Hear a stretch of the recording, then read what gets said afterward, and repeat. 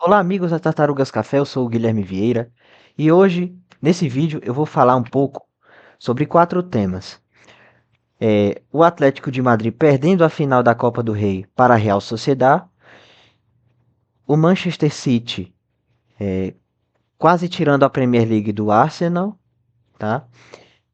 NASCAR O'Reilly e NASCAR Cup Series, tá? Mas é o seguinte, vamos lá. Primeiro, a Copa do Rei. O Atlético de Madrid perde é, a Copa do Rei para a Real Sociedad nos pênaltis. O jogo foi 2-2, o placar do tempo normal e prorrogação. E nos pênaltis a Real Sociedad se sagrou campeã da Copa do Rei. Né? É incrível, cara. Bem, é assim, pontos corridos tem muito mais domínio que mata-mata, certo? Embora o mata-mata sim tenha muito domínio, tá? Esses dias até teve essa discussão no canal da GTV com o Bruno Formiga e o Bruno Formiga vezes 10, né? E aí ele começou a falar algumas coisas, ele começou a falar sobre o mata-mata também ter domínio. Apesar de que não é aqueles grandes domínios que nem nos pontos corridos, mas é domínio. Por exemplo, o Corinthians já ganhou em 98, 99, junto assim. O próprio Real Madrid na Champions, né? Que nas primeiras 5 edições só deu Real Madrid. Na última vez que teve dinastia na Champions, só o Real Madrid 3 vezes seguidas, tá? Mas ainda assim, os torneios de mata-mata são os que trazem mais surpresa. Pô, mas tipo assim, na La Liga você não vai ver ninguém campeão senão Real Madrid e Barcelona. Algumas vezes o Atlético de Madrid se sobrepõe e consegue, né? Conseguiu em 2015, se eu não me engano, 2014, 15 e 2020, 21. Mas, né, no mata-mata, aí você vê a Real Sociedade sendo campeão agora, o Atlético Bilbao já foi campeão também. O Barcelona campeão várias vezes aí no século. O Barcelona foi campeão 8 vezes da Copa do Rei, pô. Mas o Real Madrid, 3 vezes no século inteiro, tá? Mas é assim, mata-mata. Às vezes é 2 jogos, às vezes é um só jogo, mas não é trabalho de longo prazo, é trabalho imediato. E muitos times que no trabalho de longo prazo não conseguem, que é os pontos corridos, conseguem no trabalho imediato que foi o mata-mata. Talvez a Real Sociedade tenha focado as suas forças em ganhar nisso. O Atlético de Madrid queria ganhar para poder se safar desse negócio de não conquistar título há um bocado de tempo, né? Basicamente desde 2020 e 2021. O que? 5 anos, pô, já vai fazer 5 anos que o Atlético de Madrid não tem nenhum título, né? E aí, na La Liga, já tá praticamente tudo definido. O Atlético vai pra Champions, né? Junto com o Villarreal, os dois estão brigando por posição apenas. Enquanto o Real Madrid e o Barcelona estão muito lá na frente brigando pelo título. O Barcelona 9 pontos à frente. E o Atlético de Madrid tinha só a Copa do Rei. Mas olha só, tem muita coisa que acontece ali. O Real Madrid já foi eliminado pelo Albacete, né? Eliminado no primeiro jogo do Arbeloa, 3-2.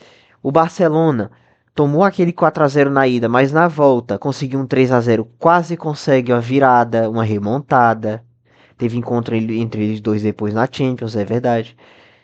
E aí, finalmente, a gente vê uma zebra dessa na final. A final eu achava que era muito mais difícil de acontecer uma zebra dessa do que propriamente no meio do mata-mata, tá? Porque aí vem o time do Simeone confiante, fazendo uma temporada legal. Tudo bem que o começo não foi lá daqueles, mas eles têm uma temporada de recuperação, estão em semifinal de Champions, eliminaram o Barcelona na Copa do Rei, eliminaram o Barcelona também na Champions, chegaram a golear o Real Madrid na La Liga pelo primeiro turno, embora tenham perdido no segundo turno. Mas o time do Simeone vem com confiança, tá? Vem com bastante confiança, mas eles chegaram lá 2-2, não conseguiram ganhar da Real Sociedad no tempo normal. E aí você pensa que o Atlético de Madrid nos pênaltis vai ser melhor, vai conseguir ganhar alguma coisa. Eu não vi o jogo, tá? Eu não vi o jogo. Mas a Real Sociedade foi lá e ganhou nos pênaltis. Aí, acho que é mais uma vez que a Real Sociedade ganha. Se eu não me engano, a última vez foi em 2020 e 21. Ela ganhou, ou foi em 2021, 22, não me lembro. Mas é a segunda vez que ela ganha na década, tá? Essa Copa do Rei. Real Sociedade que tem conseguido se destacar de alguma forma no cenário nacional, tá? Da Espanha, pelo menos.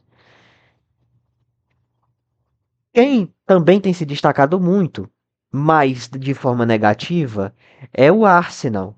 É Mikel Arteta, né? O Arsenal tá na semifinal da Champions, vai pegar o Atlético de Madrid, liderando a Premier League. Chegou à final da Copa da Liga e perdeu para o City. Aí já era um indicativo. Será que esse time tem psicológico para continuar brigando pelos principais títulos na temporada? Porque o City já está acostumado. O Guardiola prepara muito o mental do time dele, porque o time não se abate. Não se abate a não ser que seja contra o Real Madrid ou sei lá, às vezes contra o Liverpool do Klopp, nem isso também, mas algumas vezes. O time não se abate de jeito nenhum. E o time do Arsenal não se abate. Claro que na liderança, Arsenal líder da Premier League. Mas no mental, meu amigo, só dá Manchester City. Aí os dois vêm se confrontando no fim de semana.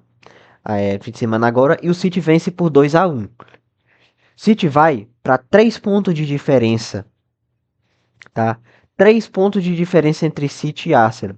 O Arsenal tem 70, o Manchester City tem 67. Com um adendo. Os Gunners, eles têm um jogo a mais. Eles têm 33 partidas jogadas, que são as 33 normais do campeonato. E o City tem um jogo atrasado contra o Crystal Palace, que vai ser é, jogado só praticamente antes da última rodada, tá? E eles dois só tem isso, né? O City ainda tem a Copa do Rei, mas eles dois, ou a Copa do Rei não, é a FA Cup, mas eles praticamente vão focar todos os seus esforços na Premier League, tá? E cara, o Arsenal está derretendo cada dia que passa. Se o City ganha esse jogo, olha só, saldo de gols. O saldo de gol do Manchester City é de 36 e o saldo de gol do Arsenal é de 37. Se o City ganha, por exemplo, por 2-0 do Crystal Palace, ele passa de 36 para 38 e ultrapassa. Aí a Premier League vai ficar na disputa de é, saldo de gol com saldo de gol de novo, como foi, por exemplo, na temporada 2011-2012, que o Manchester City vence com o último gol. Ali foi saldo de gol puro. Saldo de gol. Os dois, o Manchester City e o Manchester United estavam empatados. O City tinha mais saldo de gols. O City quase perde o título. Mas dentro do Etihad teve aquela revirada contra o Queen's Park Rangers, né?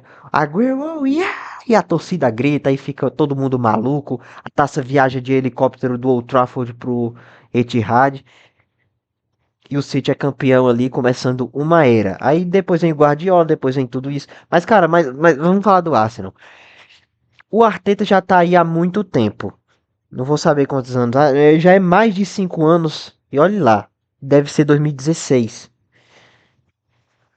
Ele já ganhou o FA Cup, né? E pronto. Ele ganhou um outro título ali com o Arsenal. Ganhou Supercopa em cima do próprio City. A Community Shield, né? Mas nunca ganhou Champions e nunca ganhou Premier League. É verdade que na Champions ele demorou demais para avançar, para conseguir se firmar mesmo, porque era um time em reconstrução, era quando o Arsene Wenger foi embora, quando muitos jogadores já estavam envelhecidos e o time precisava de renovação, tá? E aí ele começou a melhorar bastante. O Arteta veio com um estilo de jogo guardiolista, é, que funcionava muito bem, que tratava o time adversário com bastante agressividade, no bom sentido, né? Que conseguia controlar o jogo, mas ainda assim tinha alguma coisa que não dava pro Arsenal. Aí o Arsenal foi devagarinho se firmando, né? Nesse tempo que o Arsenal não conseguiu fazer nada, quem fez foi o Tottenham. E aí os Gunners tinham que amargar, ficar atrás dos grandes rivais na Premier League todo ano, praticamente. Viu o Chelsea ser campeão também, né, nacionalmente.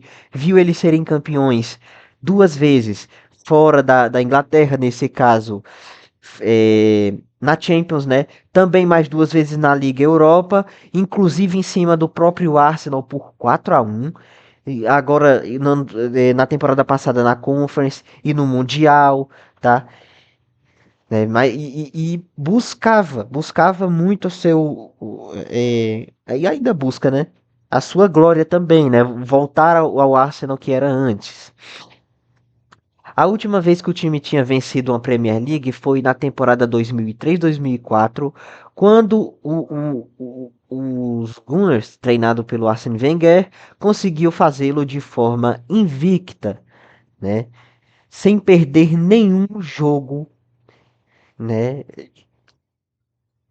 Dali para cá, a gente viu que o Arsenal ainda brigando, mas sempre perdendo. Perde para o Manchester United muitas vezes, perde para o Chelsea, que agora assume um pouco mais do protagonismo, divide esse topo com o Manchester United, deixando o Arsenal para trás.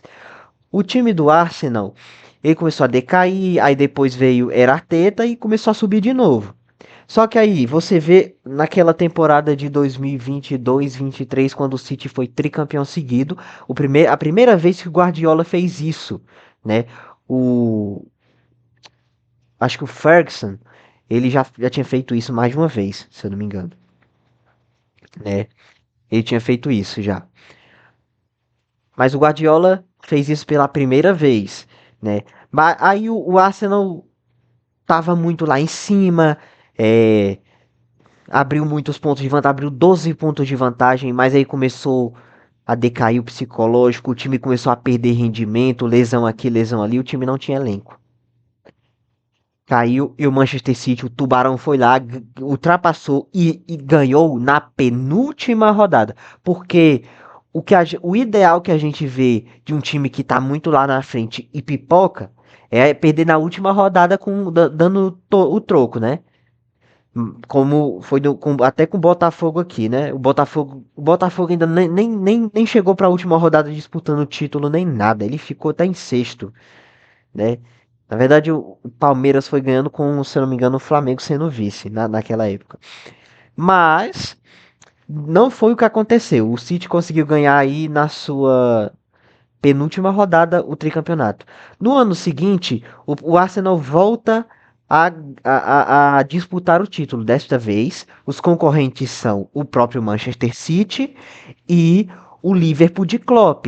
E a disputa vai ficando cada vez mais difícil, cada vez mais inchada, né? Cada vez mais pesada, disputada ali.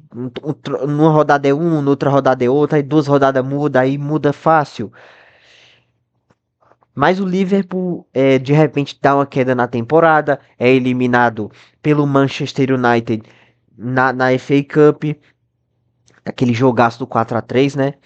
É eliminado pela Atalanta na Copa, na Europa League, porque tinha feito uma temporada horrível antes, né?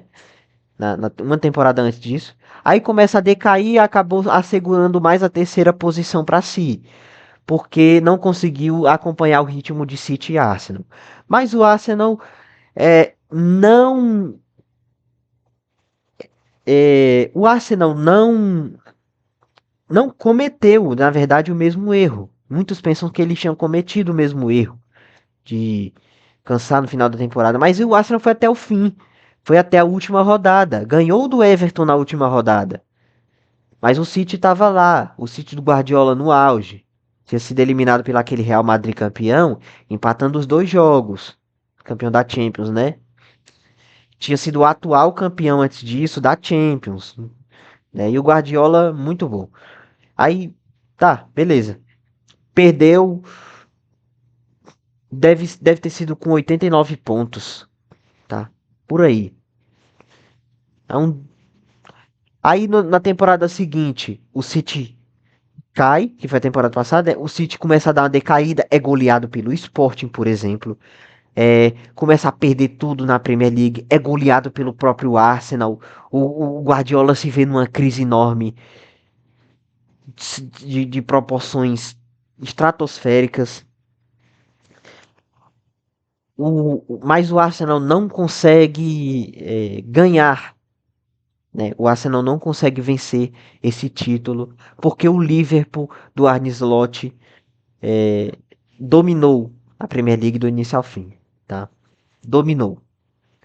E aí vem essa temporada agora, o Liverpool decai, o Guardiola se reinventa, ele que era o que mais tentava quebrar as linhas de 5. Na verdade, estava usando, né? 5-4-1, por exemplo, estava usando muito para pressionar no meio de campo. E ele se inovou praticamente. Ele melhorou como técnico, deixou para trás o que ele criou, o que deu todos os títulos para ele, porque percebeu que estava ficando obsoleto. Ele teve coragem de mudar, não totalmente, porque o time dele ainda tem posse de bola, ainda controla muito. Aí ele foi organizando ali direitinho a equipe, o elenco, e ganhou. E tá ganhando agora, tá indo bem demais. Né? Foi eliminado pelo Real Madrid na Champions, é verdade? Pô, tomando um 3-0 na ida, mas ninguém previa. Antes do jogo, parecia que o City estava mais ajeitado, parecia que era favorito, né? E realmente era favorito. Mas o Real Madrid foi lá e passou. Aí agora tem essa Premier League, goleou o Liverpool por 4-0 na FA Cup, ganhou a Copa da Liga e agora vem com muita confiança. Tem um jogo a menos. E o Arsenal, o que dá para dizer? Antes, quando o Arteta não conseguiu manter o time na briga pelo tempo necessário, antes ele não tinha um elenco longo, o elenco era curto. Era basicamente só os jogadores titulares e o time reserva, tá? Ali no banco que era fraco. Mas agora não existe mais essa desculpa. O time é muito bom. Você tem um time muito encaixadinho, muito bom, muito organizado na no titular e tem reposição no banco, reposição boa. Cara, o Zubimendi é impressionante o que ele chegou jogando demais no Arsenal e depois caiu de ritmo. O Saka, pô, o Saka é um ótimo jogador, eu gosto dele, é um bom jogador, a verdade é essa. Ele não é um grande craque, mas é um bom jogador, tá? Então não precisa de um hype todo no cara, é um bom jogador. Mas, pô, é inadmissível que, tipo assim, ele não tenha tanto impacto mais no Arsenal, pô. Ele não tenha tanto impacto mais naquela ponta direita como ele tinha antes, por exemplo. Tá fazendo uma temporada fraca. O Gyökeres, apesar dos 18 gols na temporada, ele meio que não ajuda tanto o time quanto o Kai Havertz, né? O Kai Havertz vai buscar a bola ali e aqui. E a bola precisa chegar no Gyökeres, que ele é um centroavante mais clássico, faz gol ali e aqui. Mas é isso, cara. Será que é o Arteta? Será que o treinador não está sabendo administrar o mental do time? Ou não está sabendo é, manter o time vivo com físico? O time está se desgastando? Ou, sei lá, a tática dele está ficando obsoleta com a temporada, mas no começo é forte e tudo? O Arsenal é tipo aquele funcionário, né? Aquele funcionário que chega agora, aí chega com muita energia, depois vai percebendo que, né, não quer se matar, acaba perdendo o ritmo e ficando mais fraco até o final até as férias, né? Até as férias. E, cara, a situação é realmente perigosa, perigosa, tá? O Arsenal vai pegar o Atlético de Madrid na semifinal da Champions. Eu não acho, eu acho que pode passar, tem chance de passar, mas o Atlético de Madrid vem com um pouquinho mais de confiança. Por quê? Por quê? O Atlético de Madrid vem com mais confiança. Perde essa final da Copa do Rei, mas perde basicamente isso, tá? E tem menos impacto perder a final da Copa do Rei do que tá sendo muito pressionado por um time predador de Premier Leagues que é o time do Guardiola, tá? Mas ainda é favorito. Ainda passaria para mim, na minha visão, pelo Atlético de Madrid. Mas para mim o campeão vai ser o Bayern ou o Paris Saint-Germain, tá? O Bayern ou o Paris Saint-Germain. Eu acredito nisso. Depois eu posso falar mais um pouquinho no dia de Champions. Posso falar mais um pouquinho sobre isso, mas Bayern ou Paris estão muito melhores que Arsenal e Atlético de Madrid. Por falar em Bayern, o time aí foi campeão depois de eliminar o Real Madrid naquele jogaço épico, né? Foi campeão da Bundesliga, ganhando, se eu não me engano, do Eintracht Frankfurt, né? E é isso. Bayern de Company é extremamente histórico, tá? Parabéns aí aos jogadores do Bayern, vão ter agora, vão poder descansar os jogadores titulares para focar na Champions, agora vão pegar um adversário realmente perigoso de verdade.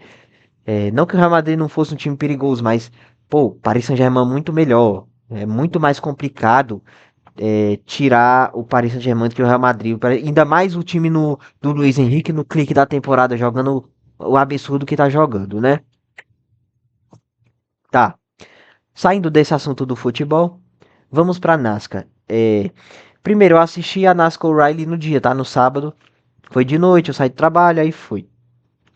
Vim pra cá assistir a NASCAR. A Cup não. A Cup eu tive que assistir ainda hoje para poder comentar para vocês, assistir a corrida completa, né? Raramente eu faço isso com futebol, mas com a NASCAR pode ser. E eu não me arrependi, tá? Vou já falar sobre, mas eu não me arrependi. Por quê? Vamos começar com a Orion. Nós temos um começo bem alucinante que o Corey Day, ele que começa em quarto, se eu não me engano, consegue uma manobra já, já antes da primeira curva para poder assumir a liderança. Só que na segunda ou na terceira volta, o Carson Kvapil, ele capota, bicho. Ele se bate ali com alguém, ele recebe um totozinho, aí o carro vira e capota e sai um acidente. Aí geralmente quando isso acontece, o piloto sai direto, né? O piloto sai do carro e tá tudo bem, mas não, ele não saiu. Tiveram que alguém ir lá, mas estava tudo bem com ele, ele acabou não sofrendo nada, graças a Deus, tá? William Byron foi o piloto da Cup, tá? Ele também não começou, ele não teve uma largada assim lá muito boa e perdeu muito tempo. Aí depois teve bandeira vermelha para tirar os detritos na pista, para tirar o Carson Kvapil de lá, né, da prova. E aí teve lá a corrida, foi uma corrida boa. O Brandon Jones, ele voltou, ele tava embaixo, tava meio assim, ele não tava no top 10, mas quase beirando fora do top 10, né? Voltou em cima. E aí ele consegue a liderança. Nisso que ele consegue a liderança, ele domina. Domina o primeiro segmento, domina o segundo segmento. E foi assim. Só que aí, já no começo do terceiro, o que acontece? Já no começo do terceiro, ele começa a perder posições devagar. Vem Algaia, vem Corey Day, vem o Brent Cruz também veio muito bem para isso. Tá? Teve Dash for Crash, mas eu não sei muito bem o que é, mas eles disputaram por dinheiro. E eram os pilotos com a melhor média, na real. Nisso, vem o terceiro segmento. Taylor Gray, número 54, que antes era do Ty Gibbs. Ele resolve parar primeiro. Parou primeiro ali, saiu, né? Nisso que ele para primeiro, a corrida continua, mas ele volta. Aí a galera começa a parar. Teve parada em bandeira verde, né? A galera começa a parar. Para aqui, para um, para outro, para outro, para o Guy, para Brandon Jones. O Brandon Jones, inclusive, Brandon Jones, inclusive, ele fez alguma coisa errada ali nos boxes, não me lembro bem o que era, mas e acabou indo para baixo por causa disso, acabou fazendo uma corrida ruim. Aí você é sempre assim, tá sendo assim muito na NASCAR. Um piloto domina os dois primeiros segmentos, mas perde a corrida. Isso foi o Kyle Larson duas vezes, pô, e agora foi o Brandon Jones. O Kyle Larson também já fez isso na Cup, acho que foi em Bristol. Teve o Ryan Blaney também, né, para dominar o segundo segmento, mas foi assim. Aí a galera começou a parar e o Taylor Gray tá na frente. E ele tava disputando o Dash for Cash. E nisso que ele fica na frente, né? Vem, é, se eu não me engano, era o Solis e o Allgaier. Acho que era. Vem tentando alcançar ele, mas não deu. Não teve muita disputa lá na volta, nas últimas voltas. E ele conseguiu manter a liderança tranquilamente. Nisso que ele consegue vencer, ele fica com uma certa quantia, acho que era 100 mil por aí. 100 mil doletas. E ganha mais uma prova. E ganha sua primeira prova, né? Na O'Reilly Auto Parts Series, tá? Vale a pena assistir, mas a categoria foi muito travada por causa das bandeiras amarelas. Acontecem acidentes mais recorrentes na O'Reilly do que na Cup. Por falar em Cup, eu assisti a corrida hoje. Acordei, fui treinar. Depois que eu fui treinar, assisti a corrida completa para poder comentar. E cara, foi muito boa, foi muito boa. Mas teve momentos que ficou chato. Não tivemos um bandeira amarela no primeiro segmento inteiro, foi 80 voltas, né? E eles tiveram que parar em bandeira verde porque a autonomia era só para 60, tá? O Kyle Larson foi o que dominou primeiro. Liderou a maioria das voltas, a maioria esmagadora. Na segunda, Danny Hamlin domina, né? Mas a gente já vê estratégias, né? O Carson Rossevar tava pilotando bem demais. E nisso que esse cara tava pilotando bem demais, a equipe dele resolve falar assim: não, tamo nem aí, tamo nem aí. Ele vai entrar pros boxes e a equipe faz um pit stop de 15 segundos. Pra vocês terem uma ideia, os melhores pits são normalmente na casa dos 12,5 e os piores pits no 13,5. Então 15 segundos é muito, muito tempo ali dentro, tá? Muito tempo, né? E foi basicamente assim, o Rosevar tinha que ter uma corrida de recuperação, um ritmo muito alto. Acabou que não deu certo. Tyler Reddick largou na pole, é verdade, mas ele não conseguiu dominar esses segmentos, né? Entretanto, veio o terceiro segmento e logo no começo o Christopher Bell, ele, né, domina a liderança por enquanto, mas ao contrário do que aconteceu no primeiro e no segundo segmento, ele não abria tanta vantagem, ele ficava no máximo um segundo assim na frente dos caras, tá ligado? Enquanto o Larson abria 4, 5 segundos, Danny Hamlin 3 segundos no segmento deles e nada. Aí, nesse terceiro segmento, teve disputa ali, disputa aqui. Acabou que teve paradas.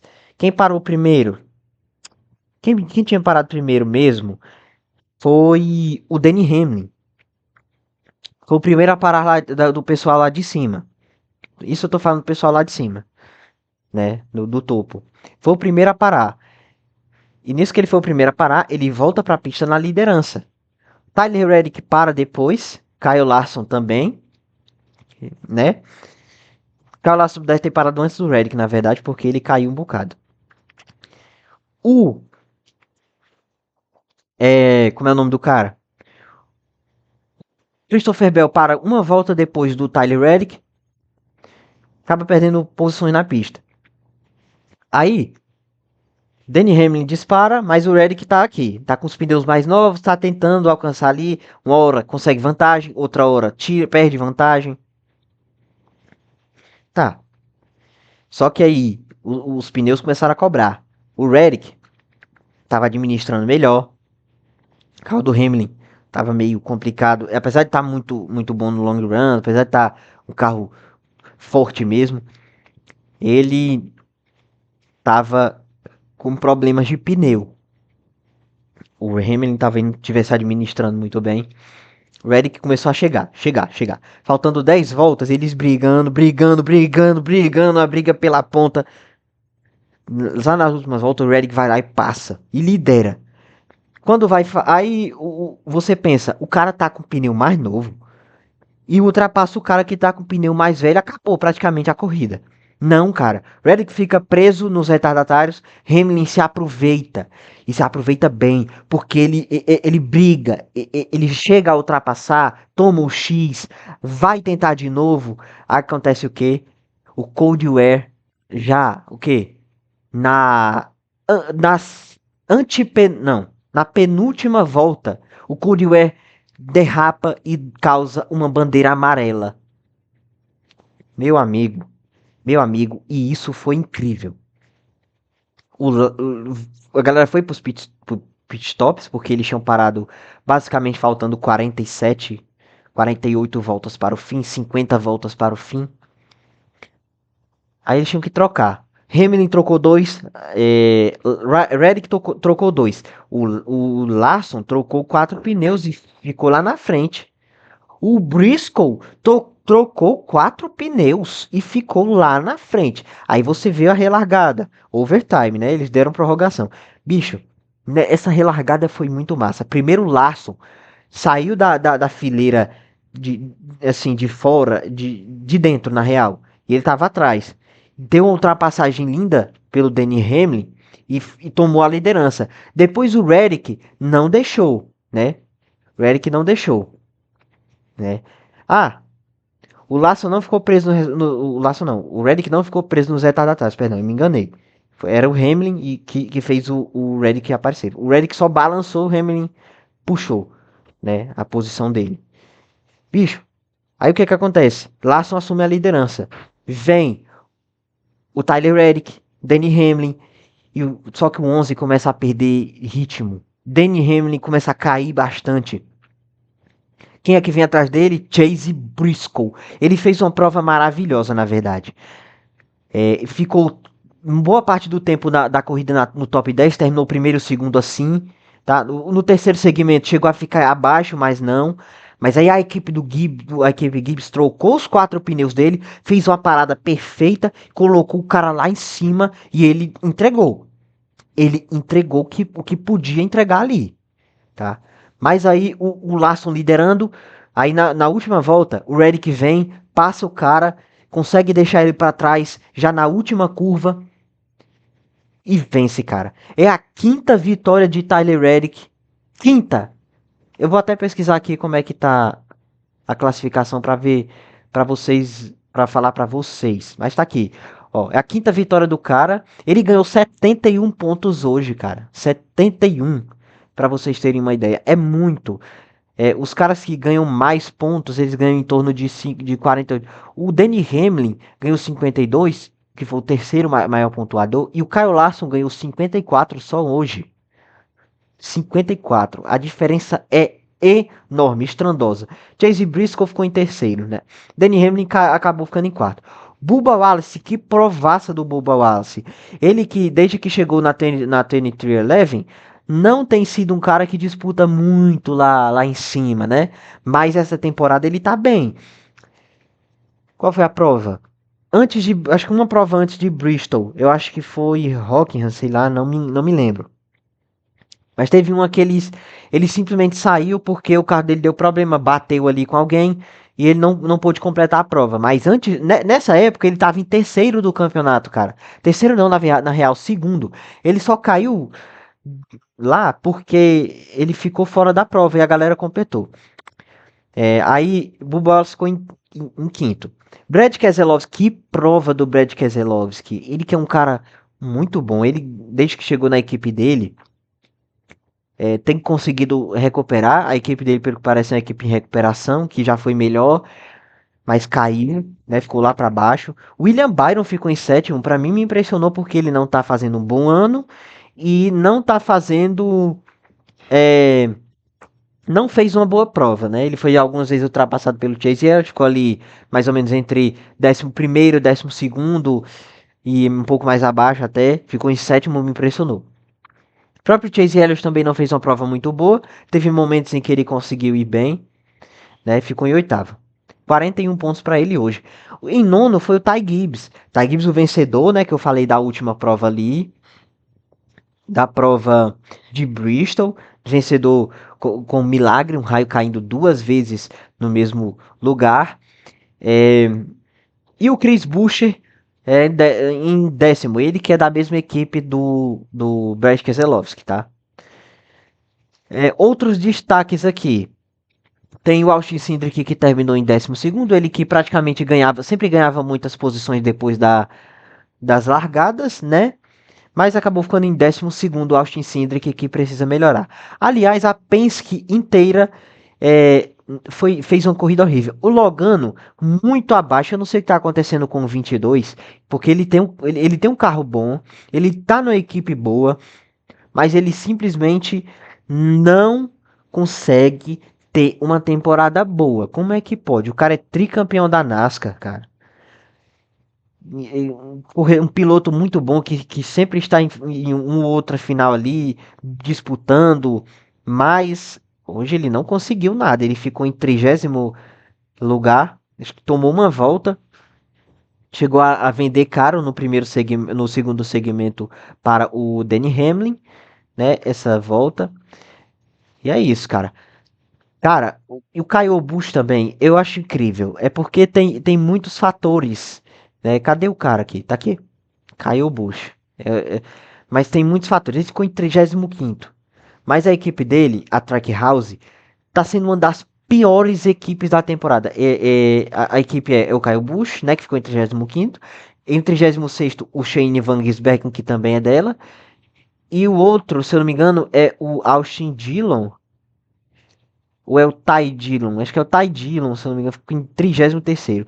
Chegaram a comentar que era isso, mas disseram que a pior, mas os narradores disseram que a comentarista lá disse que a Richard Childress era a pior equipe, que dos dois ali, das equipes com os dois pilotos ou mais, nunca tinha ficado no top 10, tá? Nunca tinha. Ah, era o Ross Chastain, não era o Ty Dillon, não. Mas foi terrível a prova da Trackhouse. Cara, o Kyle Busch merecia mais. Ele é como aqueles jogadores tipo Davi Luiz. Joga muito, jogou em clubes grandes, já foi campeão. O Kyle Busch foi o último campeão da Gibbs, né? Em 2019. Foi em 2019? Foi. 2019. E, cara, ele simplesmente não consegue mais fazer nada com um carro desse. Com, no ano passado. No passado não. No ano passado ele ainda estava melhorzinho, mas esse carro tá piorando tudo, a equipe tá horrível. Ryan Blaney da Penske também não fez uma prova muito boa. Tá aí, a Penske foi só o Austin Cindric carregando ela sozinho, né? Só ele. Christopher Bell chegou a figurar lá em cima, acabou terminando em 20º, cara. Volta também do Alex Bowman, tá? Volta do Bowman foi em Bristol, mas ele não conseguiu completar a prova. Desta vez ele finalmente faz uma prova completa. Ele que se ausentou desde a terceira prova da temporada, é, por causa de vertigens, e aí ficou muito tempo lá sem pilotar. O Allgaier já chegou a ficar nesse carro aí. E é isso, cara. Riley Hubbard fez uma boa corrida. Corey Haim fez uma boa corrida. Os dois que eu citei agora são da 23XI, a mesma equipe comandada aí pelo Michael Jordan e pelo próprio Denny Hamlin. Agora a classificação da NASCAR Cup, né? NASCAR Cup Series tem o Tyler Reddick no número 45, o nosso melhor piloto com 74 pontos de estágio, no não, perdão, com 105 pontos à frente do segundo, ele tem 457 pontos. O Danny Hamlin é o vice, por enquanto, com 352. Ryan Blaney cai de segundo para terceiro, perdendo essa posição para o próprio Danny Hamlin, tá? Tem 337. Ryan Blaney que fez uma prova horrível. E o Ty Gibbs que fez uma ótima prova. Na verdade, eu acredito que foi muito mais os pit stops e a estratégia em todo da equipe dele que colocou ele lá, né? Em cima ele terminou em nono. Kyle Larson subiu para quinto, trocou com Chase Elliott, que está em sexto. William Byron está em sétimo no campeonato, né? Empatado em pontos, 275, com o Bubba Wallace, que está em oitavo, né? O nosso querido Darrell Wallace Jr. Brad Keselowski está no top 10, sai de 11º para nono, tira o Christopher Bell da nona posição para colocar ele em décimo, e o próprio Chris Buescher cai uma posição ainda assim, mesmo ficando no top 10, cai uma posição e fica em 11º. Né? O Carson Rosevar é o 12º. O Carson Rosevar que fez uma prova boa.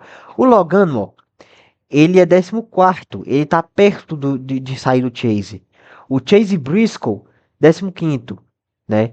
O último a, o último a figurar a zona de Chase é o nosso querido Daniel Soares, cara, com 210 pontos. A gente tem o Ryan Preece em 13º, que tá indo pro Chase, pô. Tá indo para essa eliminatória. O Austin Cindric em 17º é o primeiro fora da zona de classificação, tá? Para o Chase. O Ed Allmendinger, ele teve um pequeno atrito com o Ryan Blaney na hora da saída, porque o Blaney foi sair e acabou tocando nele, né? E virando o carro dele, aí o próprio 12 não conseguiu fazer nada. Olha o Kyle Busch aqui na classificação. 27º com 133 pontos. Isso é terrível para ele, para um cara né, da condição dele. O Bowman, ele tem 5 corridas. O Bowman. 5 corridas na temporada. E olhe lá, nem todas são completas, né? Nem todas foram completas. Tem só 43 pontos. Tem muito a que remar. Ainda é a nona prova de 26 na temporada regular, então ele tem tempo para se classificar, né? Mas terrível, terrível aí o que aconteceu com o Alex Bowman. Muito bem, meus amigos, eu vou ficando por aqui. Vídeo longo, né? Porque eu falei de vários temas de novo.